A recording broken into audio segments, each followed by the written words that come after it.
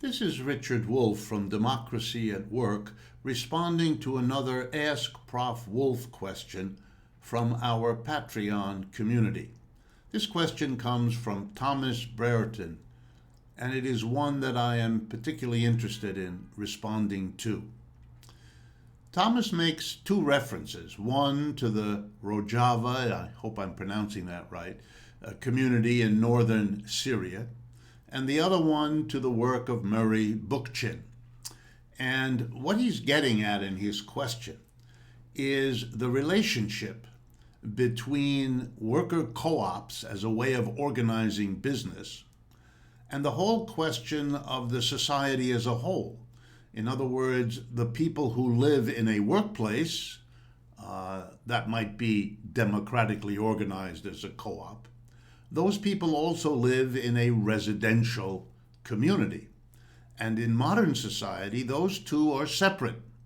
In other societies, they aren't. History has often recorded human communities in which the workplace and the living place overlapped if they weren't exactly the same, which they often were. So there's nothing fixed about having a separation. But we live in a society that has been separated that way for quite a while. So I'm going to continue thinking about social arrangements with that separation.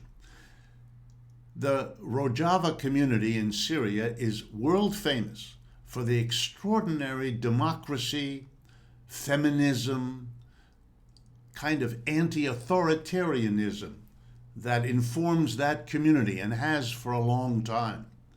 Many people don't know about that part of Syria, badly impacted by the Syrian civil war that's been going on for years, but nonetheless retaining its deep commitment to democratic organization. And Murray Bookchin is relevant because in his writings, in his adult life, he was known as an anarchist, but he had had quite a bit of influence from the socialist and Marxist traditions, and was interested in how to think about the relationship between a democratized workplace and a democratized residential community. And those two interests led to his thinking around the concept of municipalization. I haven't the time to go through these two interesting reference points for Thomas Brereton's question, but it allows me to respond as follows. As an advocate for the democratization of workplaces, for making workplaces organized horizontally, every person in a workplace having an equal one person, one vote influence on the decisions that are made democratically with majority rule, deciding what to produce, how to produce, where to produce, and what to do with the net revenues or profits that such enterprises can generate. How would they relate to the communities where people live who work at that enterprise? Communities that make decisions that impact the enterprise, just as the enterprise makes decisions that impact the community where it is located, or even nearby where it is located.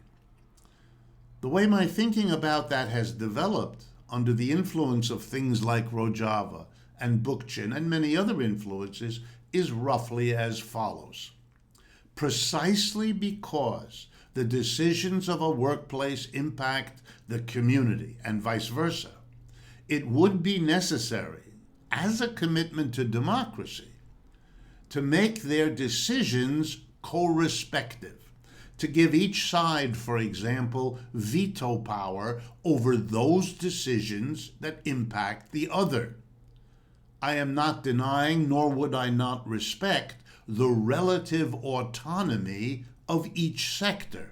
Workplaces are one thing and have their laws, their rules, their limits, and residential communities are something else. Decisions appropriate to the residential community with minimal or no impact on the workplace would be the business of the residential democracy, and the same would apply to the workplace in terms of its democracy. But because significant decisions in either location impact the other, some mutuality, some co-respectivity, some co-determination of the decisions that impact both of them would be part of what the democratization of enterprise and community should share and respect. If that's close to municipalization, fine.